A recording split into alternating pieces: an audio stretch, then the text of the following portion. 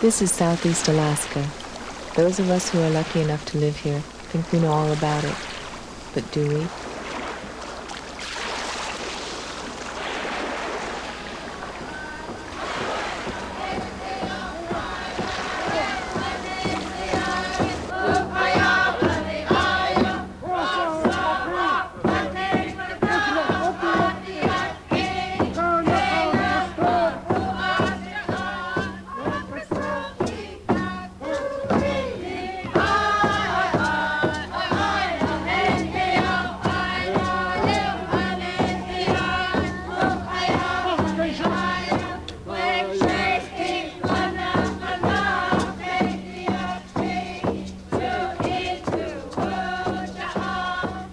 For thousands of years before the arrival of the first Europeans, native people lived and prospered on the northwest coast of North America. Those who would come to live in what we now call Southeast Alaska were the Tlingits, the Haidas, and the Tsimshians. 3 tribes or nations, each with its own distinct language, who traded with each other and shared in the bountiful resources of the coast. Over the centuries, the people of the Northwest Coast developed very special ways of life. Their culture turned out to be unique among the cultures of the world. Within each nation there are 2 groups or sides, known as Eagle and Raven. And these sides are divided into clans. Each clan traces its history to a common ancestor who is represented by a totemic symbol, often an animal. The clans are represented in the art. The crests or clan symbols are represented in an artistic style which has come to be known as Northwest Coast Indian art. Since the 18th century, non-native people have been awed and intrigued by the artistic accomplishments of the native people of Southeast Alaska and the Northwest Coast. Today, this fascination and interest are stronger than ever. Examples of Northwest Coast Indian art can be found in museums, galleries, and private collections throughout the world. These objects and these monuments are perhaps the most visible feature of a culture which has undergone tremendous changes in the past 250 years. As a modern-day Tlingit artist, Nathan Jackson continues a tradition which traces its roots back thousands of years.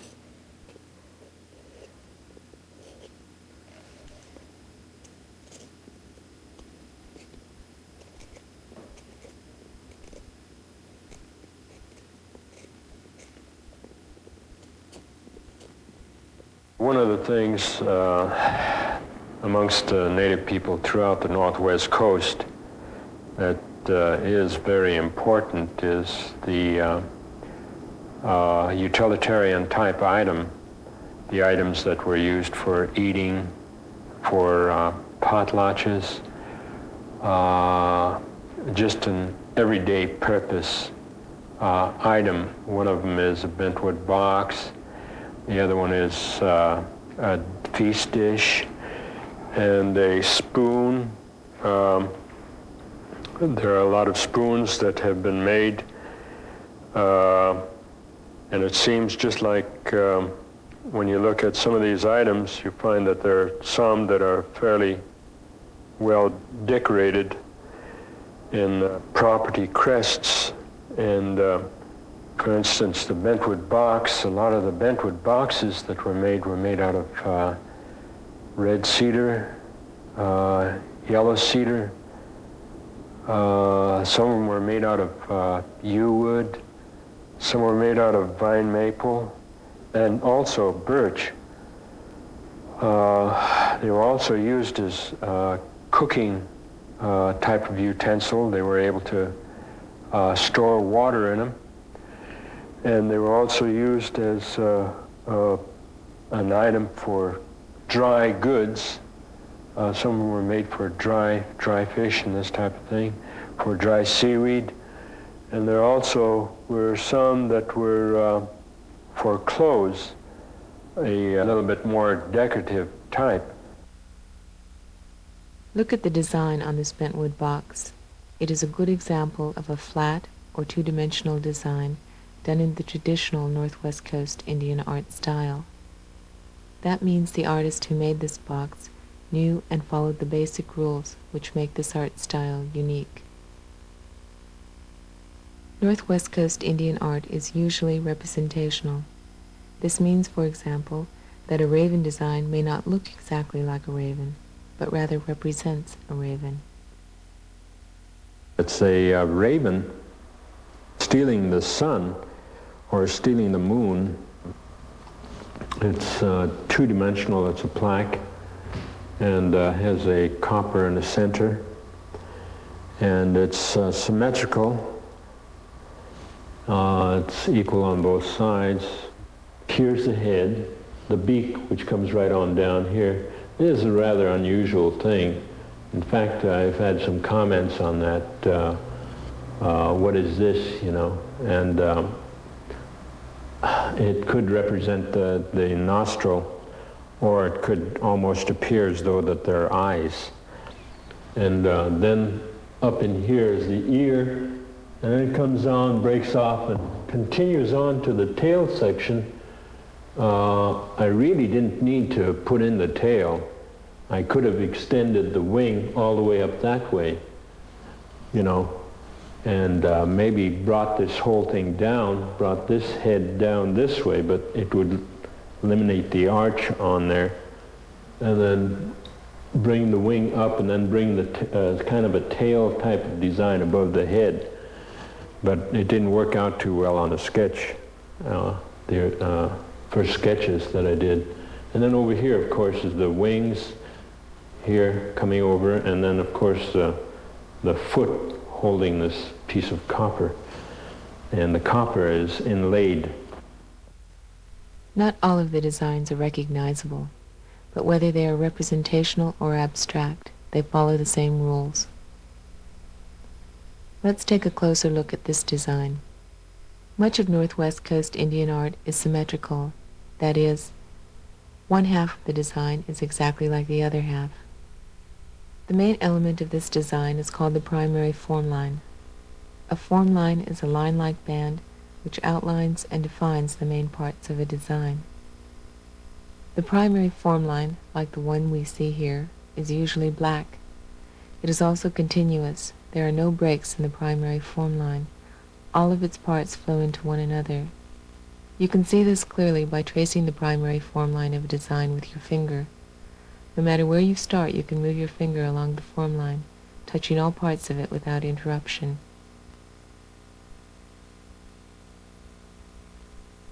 Several typical formline shapes are easily recognizable. One of the most common is called an ovoid. The ovoid in Northwest Coast Indian art has been described as a figure in the shape of a kidney bean. It is symmetrical, the same on both sides, and it is rounded out at the top. Among other things, the ovoid is used for eyes and to represent joints. Inner ovoids are free-floating, which means that they do not touch any primary or secondary form line. They appear only inside form line ovoids.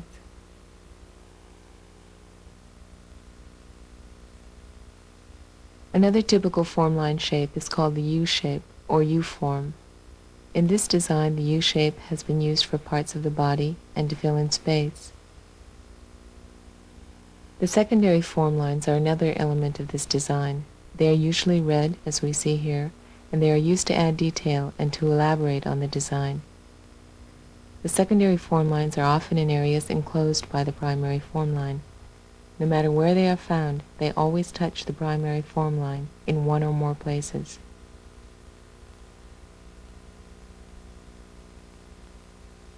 Areas between the form lines are called tertiary or third-class areas. On flat or two-dimensional designs, they are usually left unpainted. If they are painted, as we see here, they are always blue or blue-green. The eye socket is a common tertiary area. When all three colors are used, the unpainted areas are referred to as ground.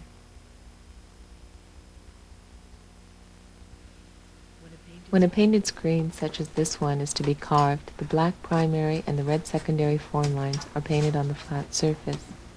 The tertiary and the ground areas are then carved out. Finally, the carved tertiary areas are painted blue-green.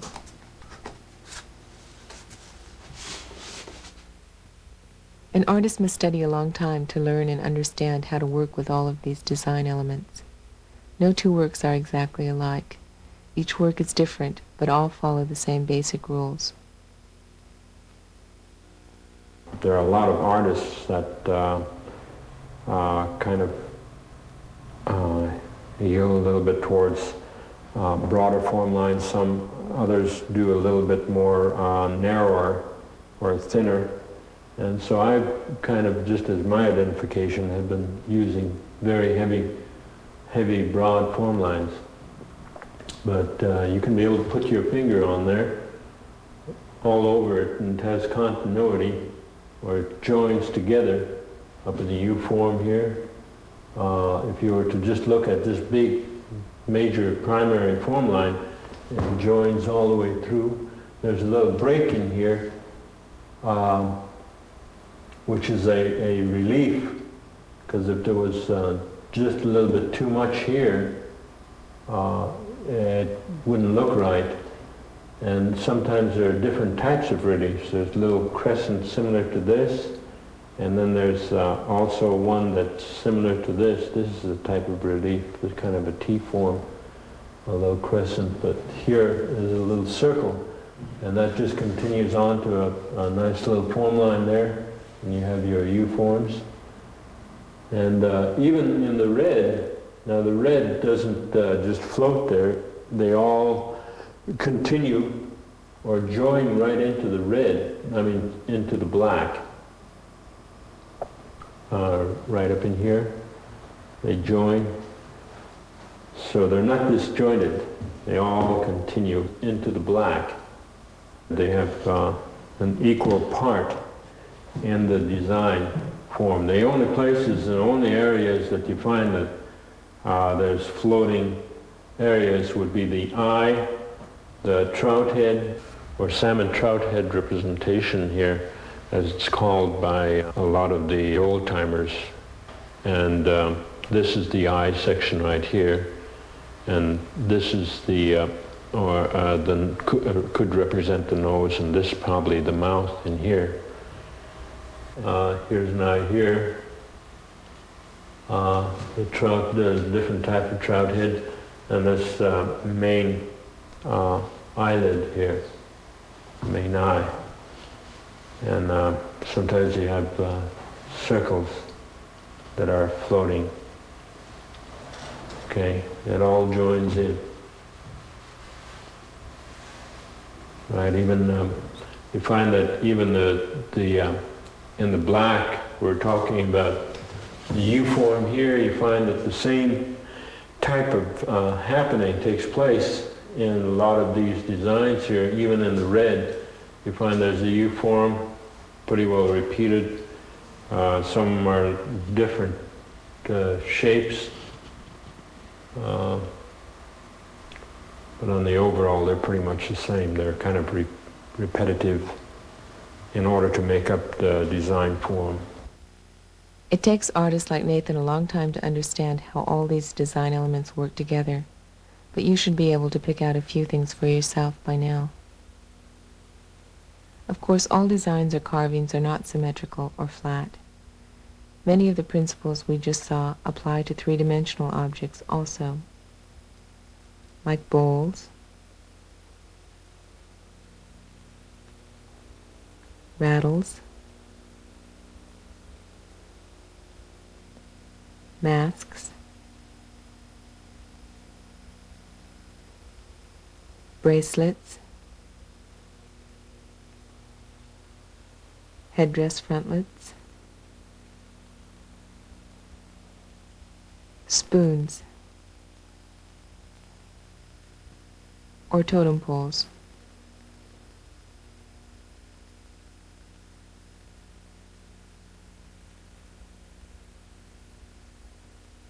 We're at the Heritage Center in Ketchikan, Alaska, and a lot of these poles are remnants of some of the poles that have been procured out of some of the neighboring villages around Ketchikan. And these are real old examples of good quality workmanship that has taken place probably during the period of contact and even earlier than that. And it's really a good thing to have the old poles here for the public to see, and also for a lot of the artisans to examine. They serve as very good examples, and all that we could do is just imagine, even the ones that have been defaced, imagine what they actually looked like. And some were photographed before they started deteriorating, so that we can at least see them.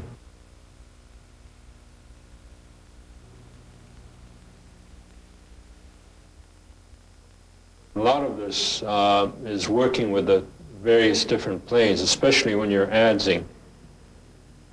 Like the totem pole here, there's planes that a person works with. There's a plane on the ear where it comes down fairly straight, so it makes it fairly easy to do the adzing.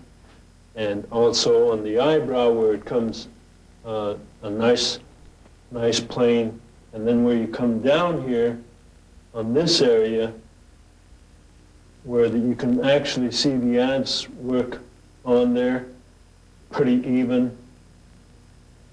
And here you have the eyelid line, and he's got a nice curved area here on the bottom of this. After he's got that plane, he come down and do some hook knife work and just kind of carve that out real nice, which makes or leaves a nice little ridge here on the side. And then he's got this area here, this plane, and then he's got another plane which creates the lip area. Actually, a totem pole isn't something that is actually read. It has to be interpreted to you. And so that a lot of totem poles, there's no way that I know of that a person just looking at a totem pole can actually read them. That is not so, because it depends on the interpretation of the person doing the interpreting. And so once something is raised like this, a totem pole, curiosity of somebody that's passing on by would wonder what in the world this was all about, and so that the caretaker of it would explain each segment of the totem pole and what it actually means and why it's there. And so it's just kind of something to maintain a certain amount of memory. That's the reason why we got the totem poles, is so that you can remember a particular event that has actually happened. Totem poles have been divided into groups according to their use: house posts, heraldic pole, potlatch pole, memorial pole, mortuary pole, ridicule pole. In every village there's a large community type house, and whenever there's a community type house, there's pillars that go up on four corners, two as you come in and then two at the back. And generally the house posts that were carved were kind of decorative. They represented the name of the house, the clan, and a lot of times you find that they were a little bit abstract, representing various different events that have happened that maintain a certain amount of importance. The heraldic totem pole is mostly to indicate the type of clan crest that the clan would be claiming. It would involve a little bit of historical background, a lot of times how they've come across or claimed a lot of the clan symbols. There's a certain amount of pride in whatever clan crests that have been claimed and that matrilineally a person was born into. For instance, the killer whale behind me, that is a clan crest, and you wouldn't find somebody that belonged to a shark or somebody belonging to a beaver using that. So there's a certain identification, so that not only for marital purposes, so that you'd know what clan you really belong to, but also just as a very strong pride there in your clan symbols. The potlatch would involve a event or a feast that would take place in commemoration to somebody that was in high standing, or a person, for instance, if a nephew would take the place of his uncle, then there would be a potlatch, and also a naming of a house. And this would be in that commemoration that they'd raise this particular pole and have the feast, and it would be a real big event. And so in order to have an event such as this, in order to get everybody's involvement in raising that pole, they'd bring everybody from neighboring villages and invite them to the party, and kind of make a very big doing out of that, raising of that particular pole. A memorial pole would be of something that had happened that was very important, and that somebody would not want anybody to forget in the particular tribe, or a particular person has to do with this also. If a person was in high standing, that individual would be remembered, and so this would be a memorial pole. The mortuary, of course, is when a person would die, and somebody also of high standing, somebody from a high caste would be, there would be a pole made for him, and then in the back of the totem pole would be a hole about the size of a Bentwood box, and the remains or cremated remains of that individual would be put in the back of the totem pole.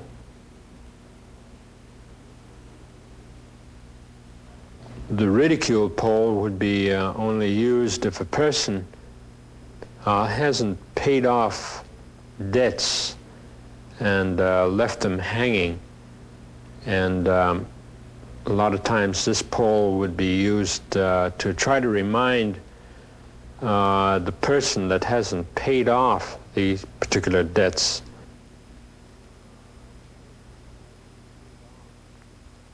In keeping with tradition, a totem pole is never raised without elaborate ceremony and celebration. Actually, the artist kind of stays pretty much in the background in this particular case, because it isn't something that is, just because he made it, doesn't mean that it's not for him, it's for the other person, a person on the other side, or the opposite clan. From different town, they invite all the opposite tribe, and their chief, the head of it, would ask his nephews to watch for the opposite tribe that's coming for the party. Every now and then they'd look, and so when they see them in sight, then they start moving around, making arrangement that they would put a firewood on that wouldn't spark, so the opposite tribe wouldn't get burned, so the sparks wouldn't come near them. They're careful what kind of wood they put on the fire. Then down the line it goes like, okay, they're getting ready for the potluck. Whoever's sewing a blanket, you can't sew your own blanket. The opposite tribe have to sew your blanket. And that also comes in the potluck. They have to pay the opposite tribe who sews the blanket. And all this goes on for the potluck, like putting up food and getting blankets. They used to go to Canadian side to get blankets to give to the opposite tribe. That has worked for them. They prepare for it for maybe 2 to 4 years before they could even get this done. There's so many things they have to do. Some of the blankets go halfway up the totem pole. There's many gifts that was given away. There's gifts of all kinds. They had to gather all this first before they get to their potlatch. They will talk most of the night, and they will dance. The opposite tribe will dance. When the ones that invite them dance, they get through, then the opposite tribe dances. So it goes on during the night, and they sit down and eat and start over again.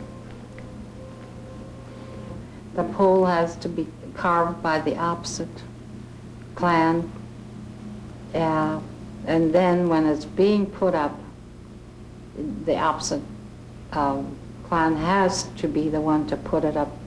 There's no machinery or anything during those days. They used all hand power.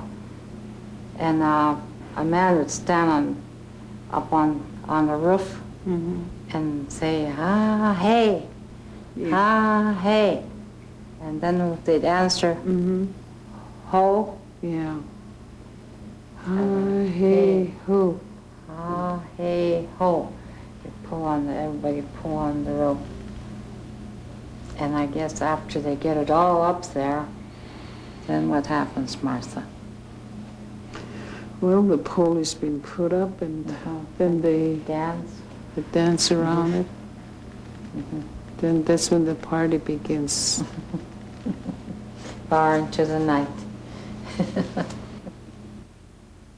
Then the potluck don't stay 3 days. It goes on for a week or so, maybe longer.